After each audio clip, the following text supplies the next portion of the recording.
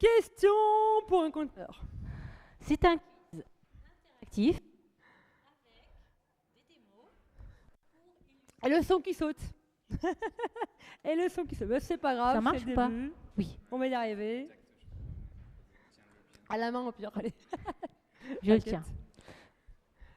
Donc du coup, c'est un quiz Alors du interactif. coup, c'est un quiz interactif pour tester vos connaissances en conteneur et en standard OCI. Donc sortez vos téléphones, on va s'amuser bien ensemble. On va commencer par se présenter. Moi, je m'appelle Aurélie Vache, je suis développeur advocate chez OVH Cloud, surtout sur la partie cloud native et l'infra as code. Et moi, ce que j'aime, c'est aider les autres, partager, en faisant des articles de blog, des tutoriels, qu'est-ce que je fais d'autre, des POC et même des livres techniques illustrés. Et moi, c'est Chérine. Je suis dans la tech depuis un bon moment. Tout va bien. Interlude musical. Elle s'appelle Chérine, elle travaille chez Red Hat. Hein? Ah bah non, Ah mais oui. t'inquiète pas, parce que le QR code, on va le remettre.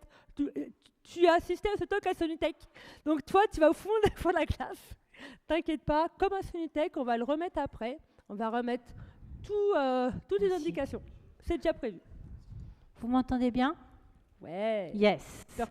Donc, je suis dans la tech depuis très longtemps. Tout à l'heure, on a parlé des vieux. Je travaille chez Red Hat en ce moment. Je travaille sur OpenShift et sur OpenShift en mode déconnecté sans réseau et aussi sur l'adaptation multiplateforme. Je m'occupe du Marseille Java User Group et ce matin, j'ai fait un tour à tour en course à pied. Génial. À tour, c'est rigolo. Donc, le QR code, Le voici, le QR code. sortez le attendu. téléphone, C'est prévu. il faut enlever le mode avion si vous en avez et ne vous inquiétez Regarde pas, votre pseudo va être demandé après. Donc là, normalement, quand vous allez vous connecter, vous allez avoir un bandeau bleu en haut. Bon, regarde. Je regarde en même temps, je me connecte comme eux, et comme C'est ça, bon? on va voir. On a bien ce qu'ils ont affiché à l'écran. Voilà, Ouais. donc vous avez juste un bandeau bleu, c'est normal. Ils sont C'est prêts? normal, on Vous y êtes prêts va. ou pas? Donc, ah oui, j'ai oublié. Il faut être rapide, il faut connaître bien vos réponses. Et si vous avez les trois auront... Il y a des petits cadeaux à gagner. Allez, c'est parti. Donc, première question. Donc, question 1. Donc, c'est normalement là que on va vous Est-ce voir qu'on vous apparaître à demande l'écran. maintenant le pseudo? Si, Allez. on vous demande le pseudo. Il y a Gouze, il y a Nico, il y a Laurent Grandjean. Cosmic. Voilà, il est là. Il y a Yodamad. Magali. Ça arrive, hein, c'est bien. Pour l'instant, vous êtes 42, 48. On va attendre un petit peu. On va voir jusqu'à combien on va monter.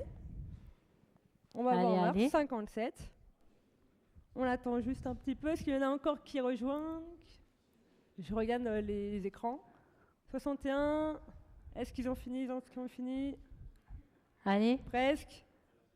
On peut commencer? allez, on commence. De toute façon, Vous êtes partis? après, on va l'afficher aussi. Allez, encore Allez, go. quelques-uns qui arrivent. Remote Rémi, bonjour Rémi. En remote alors. Bah, visiblement, il nous écoute au live. Donc, première question. OCI, c'est quoi?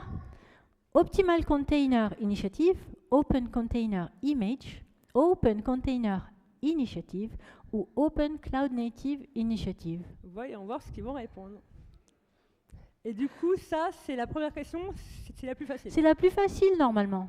C'est juste pour se chauffer Ah, et savoir comment utiliser le truc. il y a 56% de Open Container Initiative. C'est vrai ou pas? Oui, oui, c'est la bonne réponse, effectivement. Bah, bravo déjà, vous êtes forts. Vous pouvez vous applaudir vous. Hein. Donc, Après, on verra si ça dure. Voilà. donc, qu'est-ce que c'est ce Open Container Initiative? Mais avant de faire ça, Ouh, Yodaman en premier, suivi de Tom, de Goose, de Laurent et Cosmic. ok. On verra si ça change. Je pense que oui. Allez, donc les plus rapides sont les plus forts. Open Container Initiative, donc, c'est un standard. C'est une gouvernance open source autour de l'utilisation des containers. Donc, ça permet de standardiser trois choses. Le format des images, donc ça c'est la spécification des images, donc quelle est la structure, les JSON qui sont dedans, les manifestes, etc. Deuxièmement, comment j'interagis avec les registries, quand je pull, quand je push, quand je tag, etc. Donc ça, c'est en fait la spécification de distribution. Et en dernier, comment j'exécute un container. Donc ça, c'est le runtime specification. Voilà. Alors, prochaine question. Ouais. Ressortez vos téléphones. On ressort le téléphone. Allez, on est prêt? Question numéro 2. Ils sont prêts, t'es prêt? Ouais. Allez. Donc, OCI Docker, c'est pareil? Est-ce que c'est vrai ou est-ce que c'est faux? Est-ce que c'est la même chose en fait? Alors, je ne sais pas vous, mais au premier rang, j'en vois qui sont au starting block. Ils répondent et plus rapide que leur ombre avant la réponse, c'est rigolo. Alors, vrai ou faux? Elle est facile aussi, celle-là. Quand même, c'est bien. Alors, il y a voilà. Une majorité qui dit que c'est faux et ouais, je crois que vous avez raison. En fait, c'est faux. Et on va dire pourquoi. Toujours Yodaman en premier, Laurent Grosjean, Cosmic. Gouzi, il est tombé dans les limbes. On verra s'il remonte. C'est rigolo. Alors en fait, en 2015, il y a une donation de Docker, de son format d'image et de son runtime à OCI. Et depuis, Docker et OCI vivent leur vie chacun de leur côté avec quelques petites subtilités.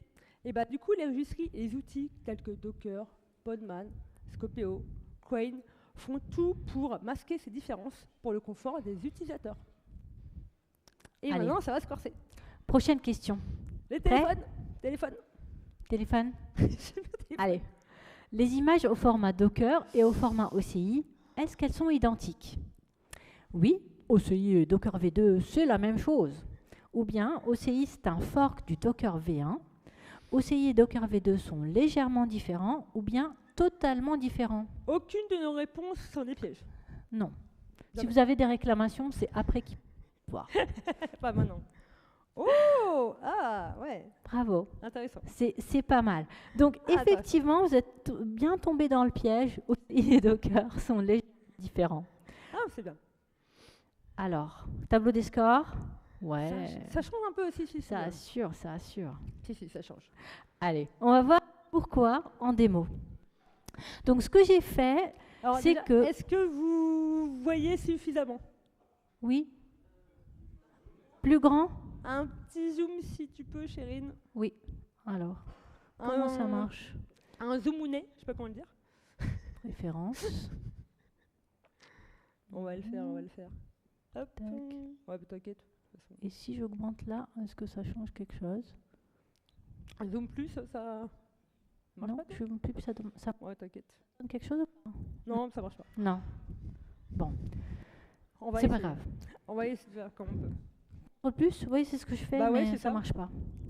Non. C'est pas un Mac. Donc, ce que j'ai fait, c'est que j'ai poolé une image, la même image, une fois au format OCI, une fois au format Docker. Donc, on va regarder le manifeste de l'image qui est au format Docker. Donc là, j'ai le media type qui me dit je suis distribution manifest v2, je contiens un config qui est du Docker container image et une layer au format rootfs difftar. Si je regarde la même chose pour cette image, mais quand je la pool au format OCI. Donc là, vous voyez déjà, le manifeste, il n'est pas au même endroit. Mais passons. Le media type ici, il est différent. OCI image manifeste, très bien. La config, OCI image config, très bien. Et là, quand je regarde le digest, tiens, 0A 76. Et c'est le même que celui de Docker. Et quand je regarde la layer, pareil. J'ai un autre media type, OCI image layer, et le digest, qui est le H, en fait, au format SHA-256. Miaou. Miaou. C'est le même. Et donc, vous allez me dire, punaise, il y en a un qui s'amuse vraiment à réinventer la roue. Mais en fait, cette ouverture qu'a permis OCI, c'est ça qui va permettre, en fait, de modifier des choses et d'ouvrir les conteneurs à plein de nouvelles perspectives. Donc là, avec mon diff, je vous montre qu'effectivement, les seules différences, c'était les media types. Mais grâce à ça, par exemple, on a Helm qui a modifié sa CLI pour dire, je peux prendre un chart Helm et je peux le distribuer maintenant sous forme d'une image container, tout comme je distribue les images qui sont dans le Helm chart aussi dans le même registry. Donc quand je regarde par exemple le manifeste de cette image Helm, je vois que Helm a créé leur propre media type et ils ont créé leur propre media type pour le config et aussi pour la layer. Et parce qu'on est en 2025 maintenant et que Aurélie a fait la formation Data Scientist certifiée, Grave. eh ben, elle va pouvoir utiliser un outil comme Horace. Il est léger par contre. Un peu Oui, léger, le LM. le gros modèle LLM. Donc, on va pouvoir distribuer ce modèle LLM grâce à un outil tel que Horace, qui est le OCI Registry as Storage. Et on va créer notre propre petit artifact type ici pour Tourentech. Et on va pouvoir pousser ce modèle LLM sous forme d'une image. Voilà. Donc ça, c'est ce que permet OCI par rapport à Docker. On continue ? On continue, on reprend les téléphones. Question number 4. On est prêt et prêt? Ouais, à donf. Que se passe-t-il quand je push une image dans un registry? Mon image est pushée telle qu'elle, l'image est compressée lors du push, ou bien chaque registry a son algorithme de compression. Alors je peux le quiz? Sérieux? Saido a tout cassé, Saido a tout cassé. Ah, sympa. Pourquoi? Bah, je crois que Saido est tombé. Préparez-vous. Ah si. Oh. Bah, moi là, ça revient. Bah, c'est revenu ou pas, vous? On fait en mode main levée. Ah, Qui pense que c'est quoi? Là, attends, je reviens ici, c'est bon ou pas? Ouais, c'est bon. Bah, en revenant, ça marche. Du coup, je vais répondre. Attends, donc, vous avez retrait second. Je peux répondre? Non, ne triche pas. pas. Le droit de répondre, moi. Donc, à votre avis, c'est quoi? On va voir. C'est le qui tombe, c'est rigolo.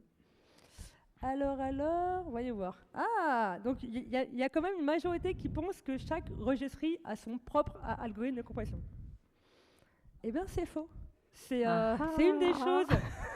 Alors, j'aime bien. Ils sont contents en bas et en haut, il faut la tête. Bah, c'est une des choses que l'on pense et on va le voir en démo. Bah, que c'est pas ce qu'on pense. Oula Au premier rang, ils sont tombés. Ils sont vautrés. Et du coup, bah, en haut, ils sont contents. Bah, bravo, du coup. C'est pas encore fini, mais c'est bien comme ça. Le classement, il change. Bravo. On est content. Donc, contrairement à ce que l'on peut penser, la taille d'une image en local et sur un registry, bah, c'est pas la même. Et lors de l'exécution de la commande de Docker push, juste avant l'upload, il y a une compression des layers qui est faite. Et bah, on va le voir en démo, parce que sinon, c'est pas rigolo. Alors, on va le voir en démo. Donc, en premier, on va se connecter à notre OVH Private Registry. Touc, je me connecte. Normalement, il répond, sauf si le Wi-Fi a des petits OK. Ça a l'air d'être bon. Je vais builder mon image. C'est ma première étape. Je build mon image. Il y a un peu de cache, donc normalement, ça va assez vite. Normalement. Là, ça prend son temps, mais c'est pas grave. Ouais, c'est bon, nickel. Ensuite, je vais regarder, ça va être important, je vais regarder la taille de l'image en local. Donc, en local, elle fait 22,1 mégas. Retenez-le, notez-le. À la fin des cours, j'allais dire. À la fin des cours, je prends note. Donc 22,1 mégas. Là maintenant, je vais la pusher sur le Docker Registry, sur le petit registry. Je push l'image et on va voir si c'est pareil, si c'est 22,1 mégas ou pas. Donc c'est pareil, ça fait le petit push, les layers existent, ça l'envoie sur le registry et le Wi-Fi, ouais, il a le Wi-Fi, il est lent. Ouais. C'est sympa, ça va être rigolo du coup. Et maintenant, on va faire une vérification et sur le registry. Et ce qu'on a fait aussi en parallèle, on a pris l'image, on l'a pushée sur le Docker Hub. Donc on va vérifier les deux, si la taille est différente d'un registry à un autre, ou bien non, si c'est vraiment fait lors de l'algo, si c'est vraiment fait lors du push. Donc, allez, je suis sur mon petit arbor. Je vais aller sur mon image et je vais voir combien, du coup, mon image fait. Mon image, elle fait 10,86. Donc, du coup, déjà, elle était grosse, elle a perdu du poids. Ah, un petit régime. Allez, hop. Donc, sur le registry, déjà, elle est compressée. Et on va faire pareil, sur le petit Docker Hub, si j'arrive à cliquer. Et on a vu, elle fait également 10,86. Du coup, la taille ne varie pas d'un registry à un autre, mais la taille varie selon selon l'algorithme de compression. Et du coup, ce qu'on peut voir également, donc là, on a vu que l'image est compressée. Il y a un petit if qu'on peut faire avec Podman. On peut changer l'algorithme de compression pendant le push. Il y a une commande sympa, Podman push, et on peut lui dire, au lieu d'utiliser l'algo de compression de standard qui est gzip, je veux utiliser ZSTD. ZSTD, à savoir, c'est un algo de compression qui peut être sympa à utiliser si vous avez des grosses images IA, là, les gros LLM, les grosses images IA qui ont bien mangé à la cantine. Elles, tu veux qu'elles soient un peu moins grosses. Donc du coup, avec ZSTD, cet algo de compression va être rapide et en plus, il va y avoir un très bon compression. Et on peut faire pareil avec Docker. Donc là, vous allez voir, je vous ai mis la commande pour changer l'algo de compression avec Docker. Exprès, je vous ai mis la grosse commande qui, elle aussi, a bien mangé à la cantine. Ouf. Elle est plus grande que moi et elle finit jamais, en fait. J'ai fait exprès, je vous ai mis les petits tags intéressants à savoir. Donc, on a vu, on peut changer l'algo ZSTD. On peut même changer le niveau de compression.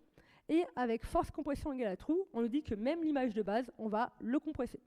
Donc, c'est pratique et c'est rapide. Et il y a un dernier petit truc qu'on peut faire. Ce qu'on peut faire, c'est on peut vérifier que l'algo a changé. Et dans le media type, on voit bien qu'avec un docker manifest inspect, le media type a changé. Il y a ZSTD à la fin. Normalement, c'est fini. Voilà. OK. Allez, on ressort. À toi l'honneur. Les téléphones, allez hop. Faut le tenir à la main. Hop. Quand je supprime un répertoire de mon Dockerfile avec un run rm-fr/elm par exemple, la taille de l'image ne change pas, la taille de l'image ne change quasiment pas, ou elle augmente. Oh, à votre avis? Ah oui, on sait. Ça se corse quand même. Hein. Ouais, ça se c'est corse, subtil. Alors c'est rigolo là. Oui. Là, il y a vraiment un peu de tout. Oui. C'est quoi alors? Alors la bonne réponse, c'est qu'elle ne change quasiment pas. Donc ceux qui ont répondu ne changent pas. Bravo, hein, ceux qui ont trouvé. Hein. Ceux qui ont répondu ne changent pas. Je suis désolée, mais je vais vous expliquer pourquoi. Hugues encore premier. Hugues est revenu. Hugues, il revient, il fait. Hugues est premier. Allez, je vais vous dire pourquoi. En fait, donc effectivement, quand on fait un run rm-fr, on ne touche pas au layer qu'on a déjà dans l'image. Ce qu'on fait, on rajoute une layer dans laquelle on va mettre un seul fichier qui fait 0 octet. Voilà. Parce qu'il fait 0 octet, c'est pour ça que... pas galère du tout. C'est pour ça qu'on dit que ça change quasiment pas. Et ben en fait,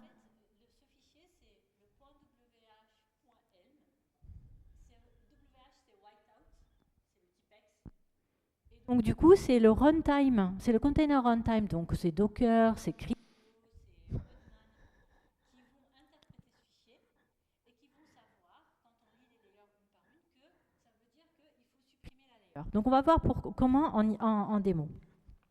Pauvre Chérine. Donc dans un premier temps, je vous montre juste mon petit répertoire. J'ai un répertoire Helm avec mon tar.gz et un container file. Alors vous allez me dire, c'est quoi ce container file? C'est quoi ce truc? Aussi,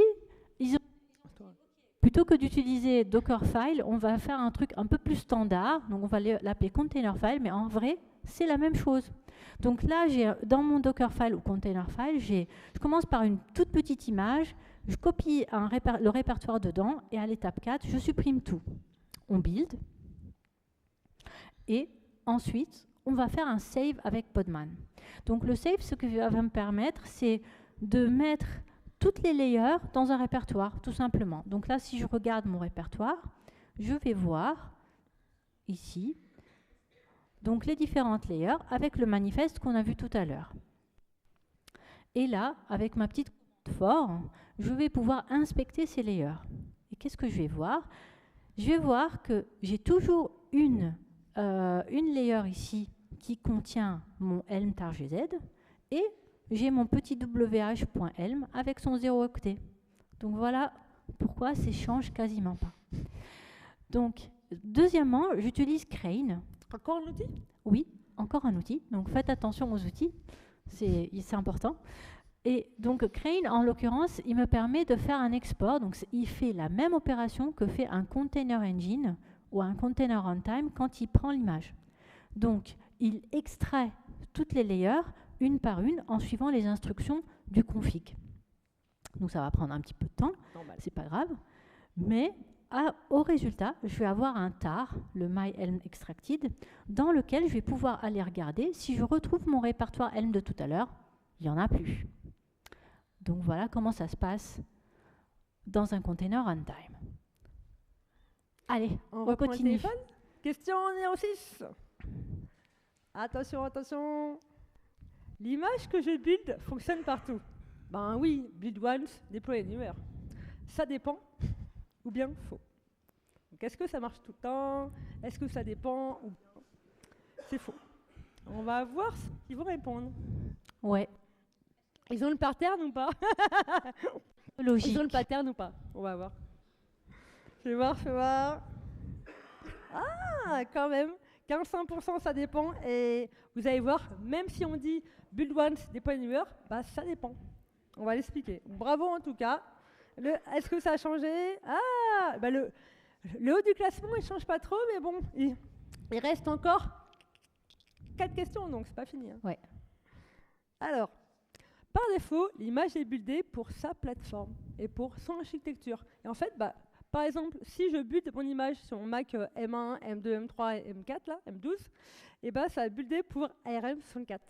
Mais si bah, je fais un Docker Run sur un Linux AMD64, ça ne marchera pas, parce que l'archi ne sera pas la même.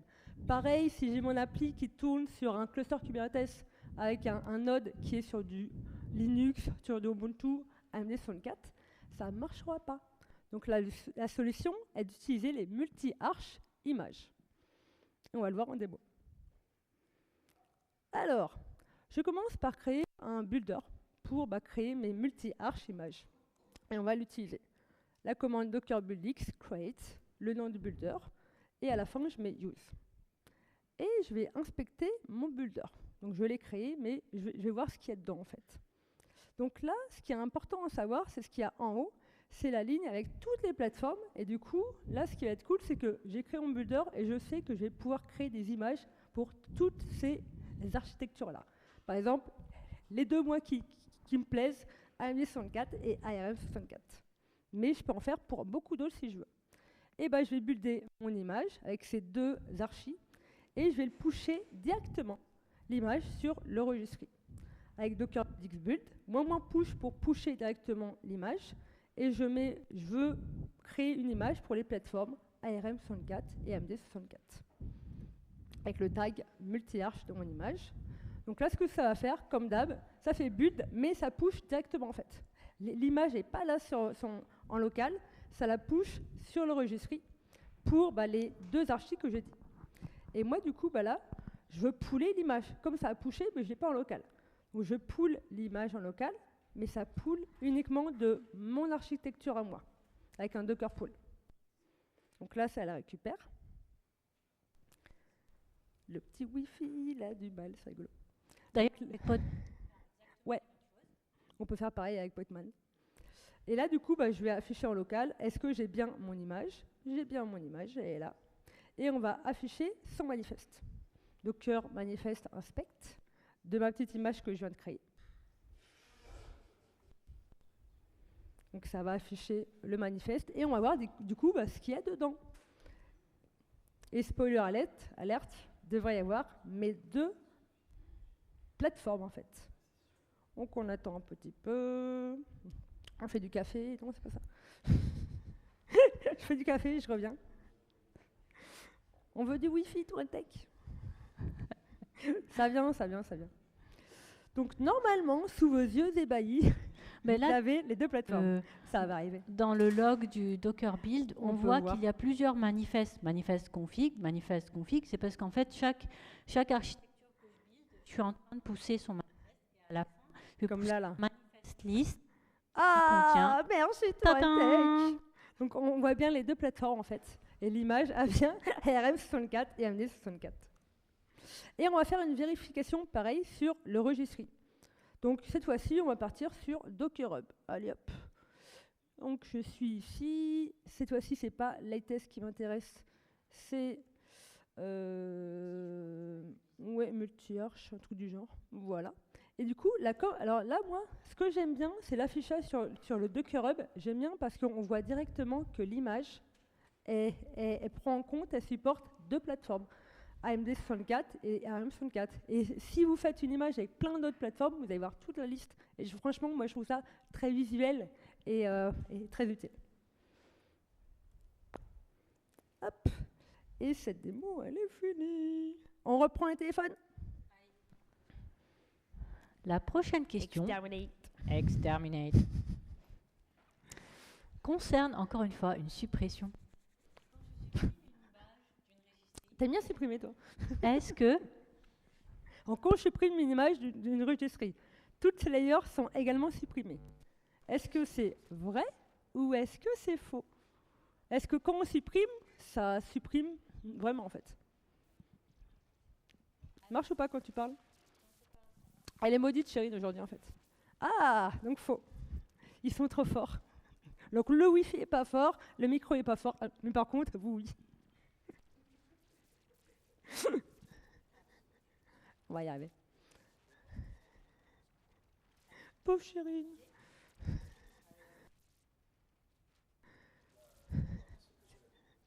Oui, bah c'est ce que vous faisiez. Ouais. C'est ce que je faisais. Hein.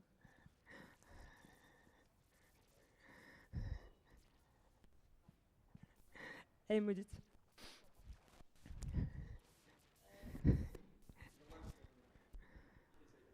J'essaye. Ah, bien, merci.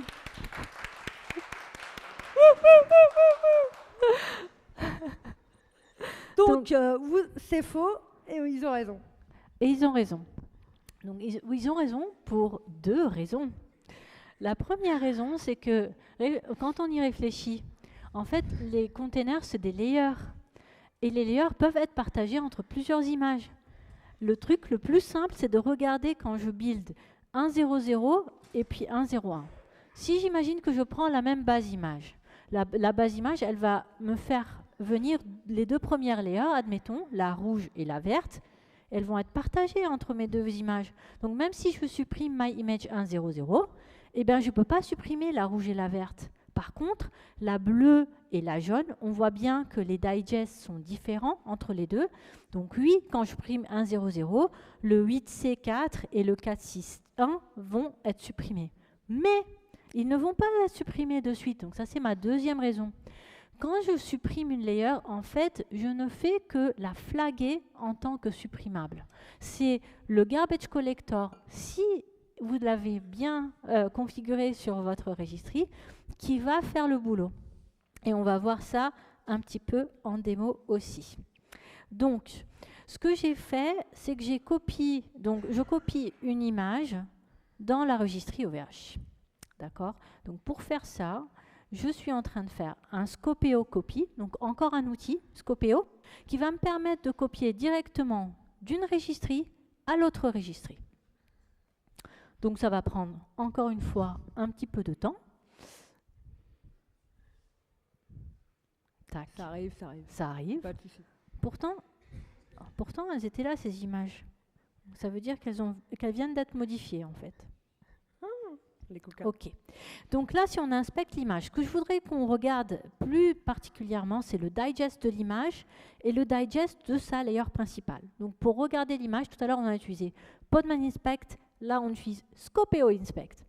Et donc, avec Scopeo Inspect, je vais voir le manifeste de l'image. Et qu'est-ce que je vais voir? Je vais scroller. Je vais voir que le digest de l'image, c'est le C6F. Et que dedans, il y a une layer, par exemple la 33A ou la 2A80.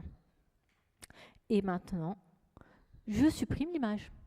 Par manque d'imagination, j'utilise un simple curl avec le verbe delete. Et donc là, vous voyez, j'utilise l'API du registry. Donc ça, c'est la Distribution Specification de OCI qui me dit, tu peux utiliser le C6F, le digest de l'image, et tu peux appeler la registry, ça va supprimer. je vérifie, est-ce que ce tag existe? Donc comment je fais? Je refais simplement ma Scopeo Inspect que j'ai fait tout à l'heure. Et là, normalement, il va me dire non, fatal, je n'ai pas ce manifeste. Ce qui est normal. Par contre, quid du blob? Donc par exemple, si on prend le blob, celui qu'on a vu tout à l'heure, là, le 33A6, n'est-ce pas? Truc. Oui. Le chat. Et on regarde, est-ce que j'arrive à le télécharger encore? Donc là j'ai appelé l'API, mais je target le blob directement. En fait, c'est ce que vos CLI font en tâche de fond. Et là, si je regarde, je peux télécharger ce blob encore, en fait. Donc, effectivement, le blob n'est pas parti. Si je regarde maintenant au niveau de mon Arbor, donc là, je vais faire un CTRL R et je vais aller regarder cette image que je vais télécharger, que j'ai poussée. En fait, elle n'y est plus. J'ai plus aucun artefact qui correspond. Et par contre, donc si je veux que le blob se supprime, il va falloir que j'aille en tant qu'administrateur, que j'aille dans le menu de cleanup, par exemple pour Arbor ici, et que soit je lance manuellement, soit j'édite le schedule et je dis par exemple, tu te lanceras toutes les temps de temps. Voilà. Donc c'est ce qui fera que vos blobs vont être supprimés de la registry. Voilà, voilà. Question numéro 8.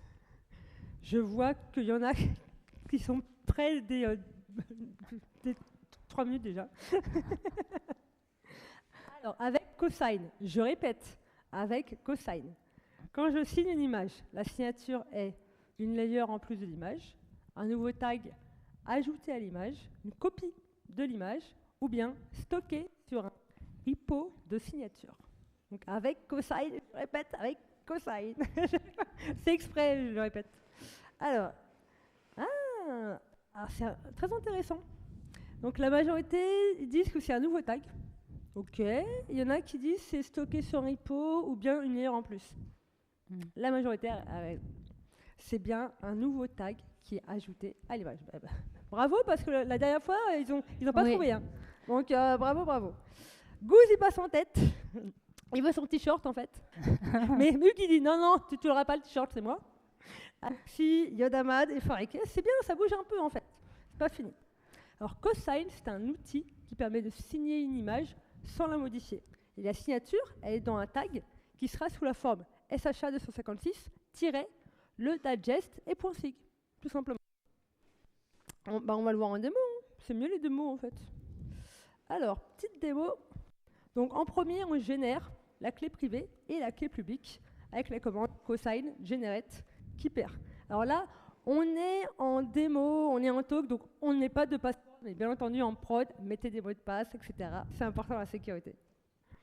Donc, comme il est conseillé de signer avec une image à partir de son digest, on va le récupérer. On va faire une récupération du digest avec Docker inspect. Et comme on va le voir, on prend le Docker inspect et on recherche uniquement le champ repo digest. Et là, on obtient le petit digest en fait, qui est comme as. Le chat. Donc, oui. Le chat, mais il est gros ton chat. Hein. Donc le repo digest. Et on va s'en servir. Donc on va signer notre artefact OCI et on va le pusher sur le private registry. Donc on utilise cosign sign. Y veut dire yes, je suis d'accord, je suis vraiment d'accord, je veux le faire. On lui donne la clé, on lui donne le digest. Et le mot de passe, j'en ai pas mis, je suis en démo, mais à culpa. Là du coup, comme vous le voyez, il est en train de signer l'image. Ce qu'il fait, c'est qu'il push le tag sur le registry. Et il fait également une autre chose en même temps, c'est, vous voyez cette ligne, le T-log. Il a généré un log, il a généré un transparency log, et qu'il a pushé sur un repo de log. C'est un repo record, R-E-K-O-R. Et c'est ces logs qui sont pushés sur un repo, mais le tag est créé sur un registry. Et ça, c'est la petite subtilité qui n'est pas simple à savoir de premier abord. Ouais. On va faire une vérif. Est-ce que l'image est bien signée? Cosign verify nous permet de faire ça.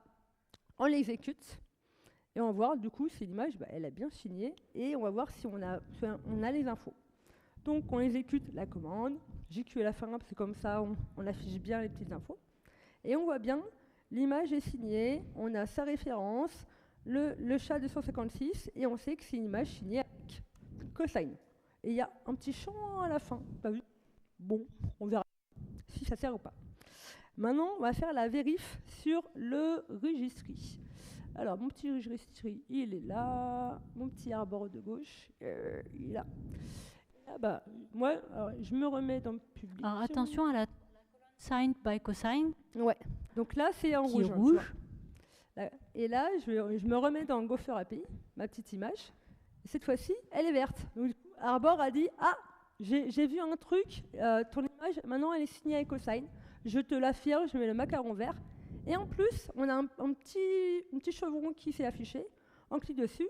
Et bah, sur Arbor, les signatures, eux, donc il affiche en tant qu'accessoire. Il peut y avoir plein d'accessoires différents, des SBOM, etc.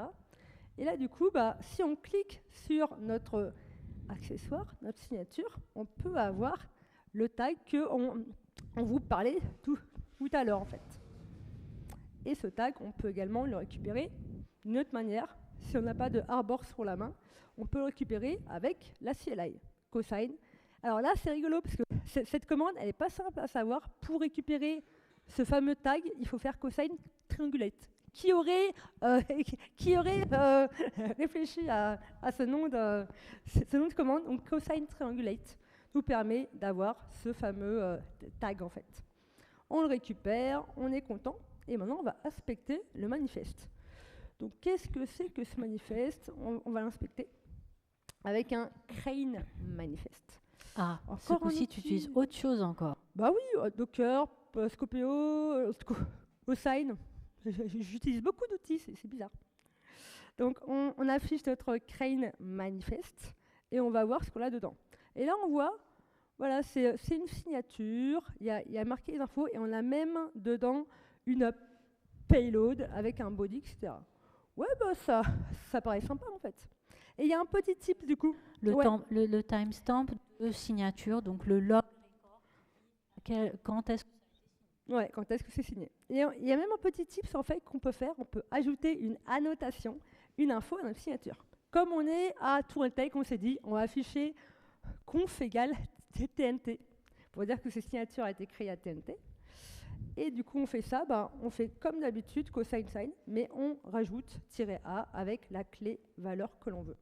Pas de mot de passe, on est en démo. Donc on va essayer de faire ça. Hein. C'est pas bien, je sais. Comme d'hab, on push la signature, ça génère un log, ça push le log, et on va voir si ça a rajouté vraiment ce fameux conf égale TNT. Allez, on vérifie. Cosine verify pour vérifier. Cosine sign pour signer. C'est une CLI assez, je trouve, simple.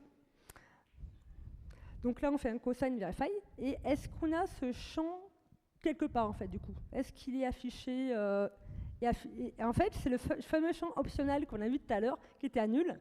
C'est ce fameux champ qui permet de stocker des paires de clés valeurs. Ça peut être intéressant si vous êtes dans une chaîne de CICD. On peut rajouter pas mal d'infos si c'est, je ne sais pas, chaîne de CICD, si une équipe particulière, un produit particulier, on peut rajouter du contexte. Ça peut être sympa en fait. Donc, point parti, c'est fini. À vous les studios. Encore une question. Avant-dernière question. Avant-dernière. Un indice chez vous. Alors, quels sont les formats open source pour un software bill of material? Un indice en bas de l'écran. Un indice chez vous. SPDX, Cyclone DX, Typhoon DX ou Sift. Mettre 2 réponses. Cocher 2 réponses. Ah bah oui, on le dit après, sinon c'est pas marrant. Et Ok, alors les bonnes réponses, c'est SPDX et Cyclone DX. On a dit open source. Donc Sift est bien un format pour les SBOM, mais il n'est pas open source. Et Typhoon DX, je suis désolée, c'est une invention personnelle. C'est une invention. Le cyclone, le typhoon. Allez. Ah, Goose, il veut son t-shirt. Hein. Doublez-le. Doublez Goose. Donc, pour rappel, un software bill of material, c'est la liste complète et exhaustive de tous les composants de notre container, donc de l'OS jusqu'au librairie, jusqu'à tout le code qu'on met. C'est un peu comme dans l'industrie, on veut tout savoir, on veut tout reproduire, on veut savoir quelles sont les licences, on veut savoir si on est vulnérable à certaines choses. Toutes ces choses-là sont très importantes. Et donc, SPDX ou CycloneDX?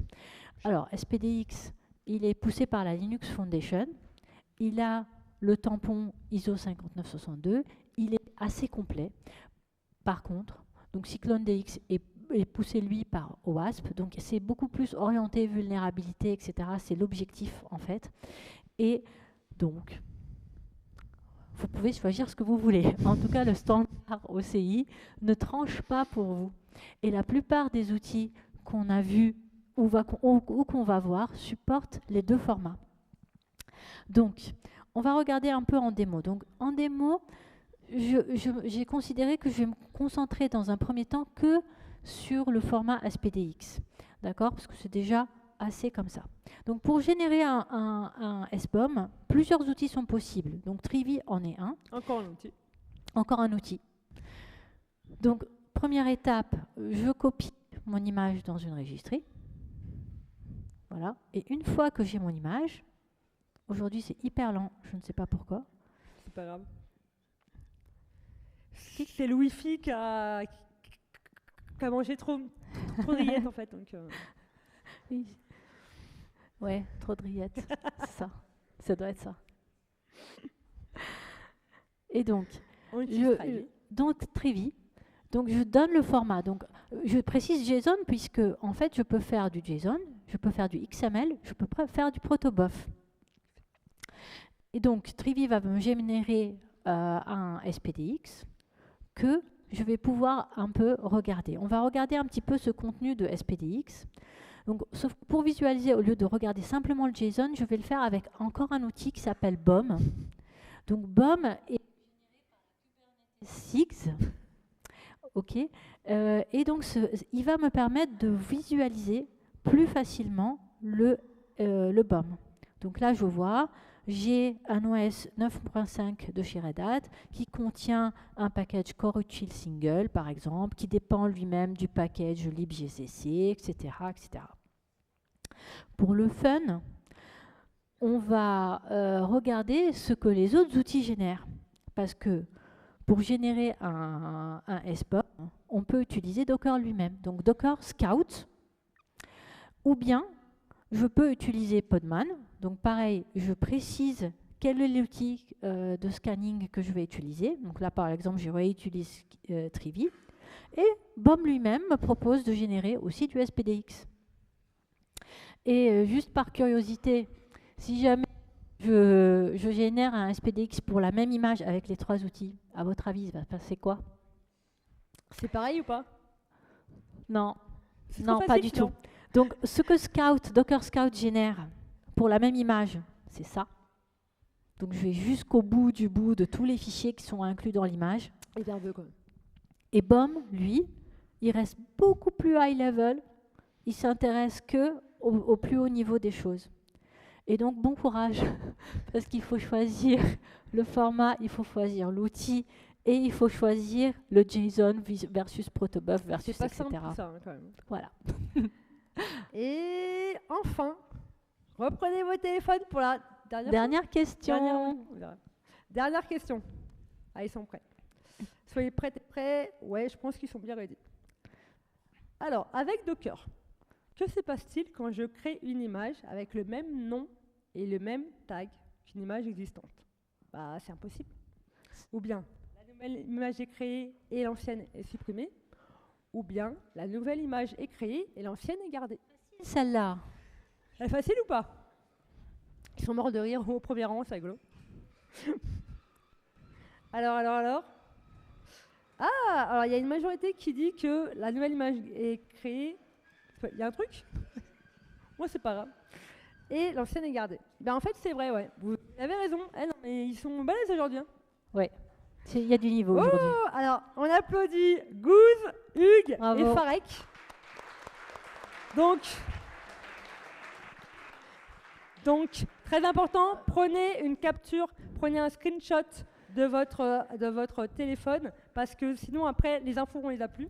Prenez une capture et venez nous voir à la fin. Et pour les autres, il y a des stickers, etc., etc. Donc c'est pas fini. Donc on va voir en démo pourquoi.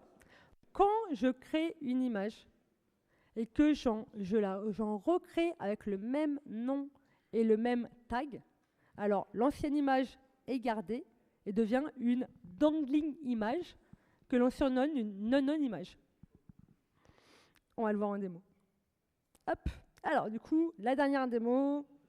Donc, tranquillou, je build mon image. Un Docker build comme d'habitude. Et comme j'ai fait la démo un vendredi, j'ai pas été bien inspiré, je l'ai appelé Friday. Manque de bol, on est jeudi. Mais c'était mon inspiration du jour. Et je me suis dit, je vais mettre une petite Golang 1.21 dedans. Ouais. Ça marche bien, donc j'utilise. Donc je build mon image, ça y est, c'est terminé. Et ensuite, je vais afficher mon image, comme d'hab, Docker image ls.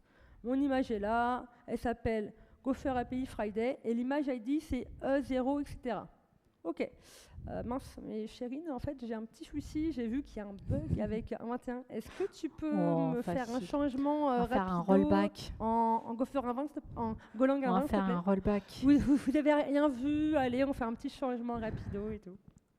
Donc, Allez. Donc bien on va se entendu, remettre à nouveau en 1.20. on se met en 1.20. Donc tac, VI. Alors c'est rigolo de sortir de VI sous un laptop qui n'est pas le sien et qui est en QWERTY. C'est pour ça que j'ai fait appel à Chérine. Le développeur sait faire. Donc je rebuild l'image et du coup on va voir ce qui va se passer. Donc je fais mon rebuild et je vais afficher son petit nom. Et là en fait, ce qu'on peut voir, normalement on a encore les deux à l'écran. Oui, on a les deux. On peut voir que l'image ID a changé.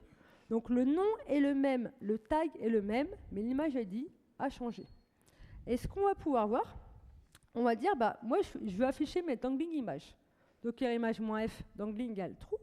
Et là, effectivement, si on regarde bien, l'ancienne image, la E0, est devenue une non-non image.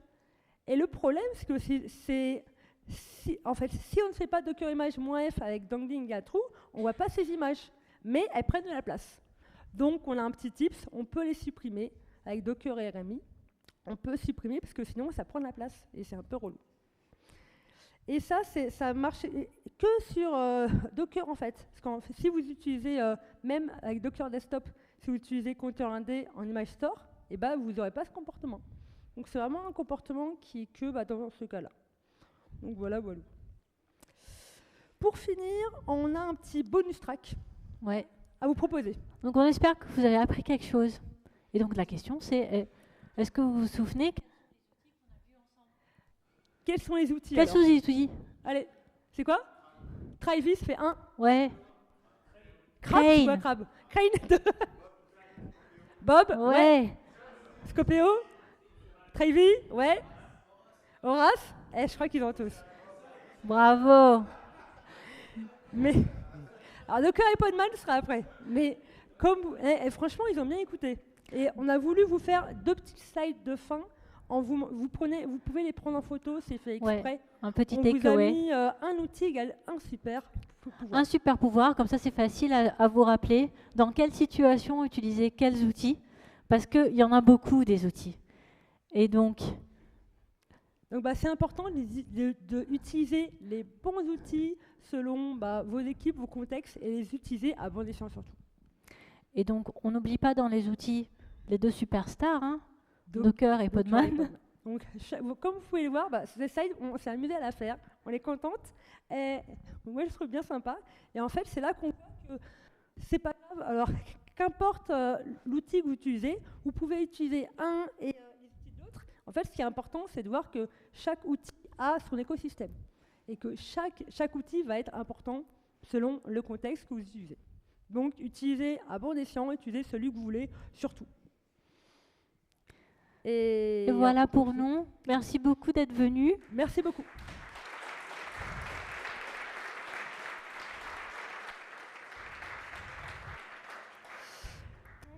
On aime les rillettes, bien entendu. Le Wi-Fi également, j'ai trouvé. Donc on espère que ça vous a plu. Et on a mis le petit QR code pour retrouver les slides avec les démos intégrées dedans. Et on aime les feedbacks. Donc si vous pouvez également nous en donner en live ou bien sur le Open Feedback ou quand vous voulez, on est là jusqu'à demain. Donc merci beaucoup les gens.